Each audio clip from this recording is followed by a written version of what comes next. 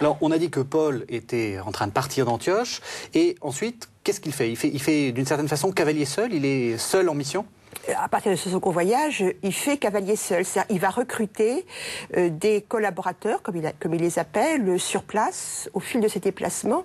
Et dans l'ensemble, incontestablement, c'est la communauté de Philippe en Macédoine qui va lui procurer beaucoup de ses collaborateurs, sauf Timothée, qui lui est originaire donc d'une petite cité d'Asie mineure.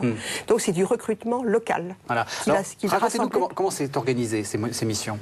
L'apôtre passe entre les communautés, l'apôtre bouge beaucoup. L'apôtre ne bouge pas beaucoup. De toute façon, si on bougeait, ça serait très superficiel. Et manifestement, la stratégie de Paul n'est pas de balayer de vastes espaces. Il s'installe.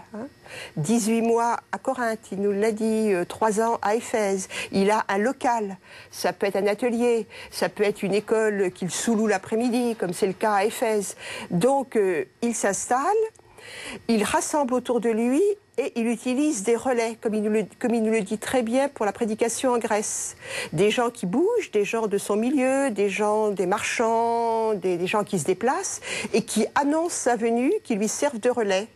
Donc, dans une base bien choisie, centrale et bien choisie, donc s'installer pour implanter une communauté à noyau dur et utiliser des relais régionaux. Oui, donc c'est une sorte de mission rayonnante en fait. C'est une mission rayonnante. C'est pas du tout, encore une fois, l'apôtre qui se promène dans les chemins et qui évangélise, qui il rencontre. C'est une mission rayonnante qui fonctionne à la fois théologiquement, je dirais, et pratiquement de proche en proche, pour relayer l'évangile et aussi pour relayer le modèle. L'idée de Paul, c'est qu'une société se transforme de l'intérieur et que la conversion passe de proche en proche. Alors c'est là où on voit que la lettre est un moyen important. La lettre est un moyen important.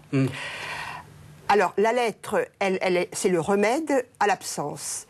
Car ce qu'on sent très bien dans ce christianisme primitif, c'est qu'il est très lié aux personnes. Ce sont des tout petits groupes. Des groupes frileux, enfin des groupes d'abord exaltés, certainement, puis ensuite des groupes frileux. Donc ont besoin de ce qu'on appelle aujourd'hui les personnages référents. L'évêque, plus tard, jouera ce rôle. Donc dès qu'il part, ce personnage, il y a la question de l'absence. Et comment combler l'absence, comment remédier à l'absence, c'est à cela donc c'est pour ça que Paul écrit. Alors on verra dans le module suivant quelles sont les différentes choses qu'il dit dans les lettres, mais déjà, comment il est reçu par les autorités locales, est-ce que ça se passe bien, est-ce que ça se passe mal? Alors, les Actes des Apôtres nous montrent la principale opposition venant des Juifs. Pour les Juifs, Paul est un dissident. Évidemment.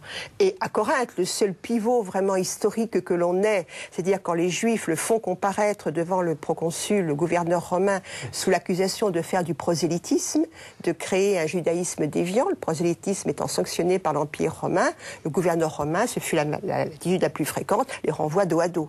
Quand c'est des querelles interjuifs, je ne m'en préoccupe pas. Alors ça, c'est un épisode que vous aimez bien, parce que en tant qu'historienne, parce que c'est un épisode qu'on a pu dater d'une certaine façon.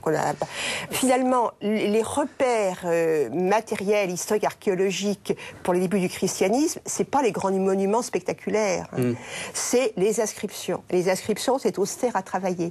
Pas drôle. C'est mon métier. Oui. Ça apporte beaucoup de choses. On voit bien que vous êtes plus drôle que ce que vous dites. Mais... C'est ce que j'ai essayé de faire, de remettre Paul dans les inscriptions nous font connaître un milieu. C'est ce que j'essaie de faire dans mon livre, mais quelquefois aussi un événement. Et là, nous savons que ce gouverneur romain, qui était le frère du philosophe Sénèque d'ailleurs, a été en fonction dans l'année 51-52. Donc on a un pivot chronologique, une conjoncture. Donc on peut dire qu'en 51-52, Paul était à Corinthe. Les 18 mois de Corinthe se situent en 51-52. Une époque de paix. De paix dans l'Empire romain, il faut le dire, ça aussi. Oui. Paul n'est pas l'apôtre qui prêche dans un temps de tension comme le Jean de l'Apocalypse. C'est un moment où la paix romaine apparaît sous son beau côté. Alors justement, on parlait de chronologie. Ces fameuses années de mission, on peut les dater à peu près? Ce sont les années 50 au sens large. C'est-à-dire, ça commence... Ce sont les règnes de Claude et de Néron, pour donner un petit peu le contexte historique. Donc, si Paul est à Corinthe en 52, il a commencé à prêcher dans le monde grec dans les années 48, peut-on dire. Donc, c'est le règne de Claude. Donc, c'est une des périodes d'apogée de l'Empire romain. Et ensuite, il remonte à Jérusalem au début du règne de Néron, qui est beaucoup moins négatif que la suite, qui est aussi une bonne période.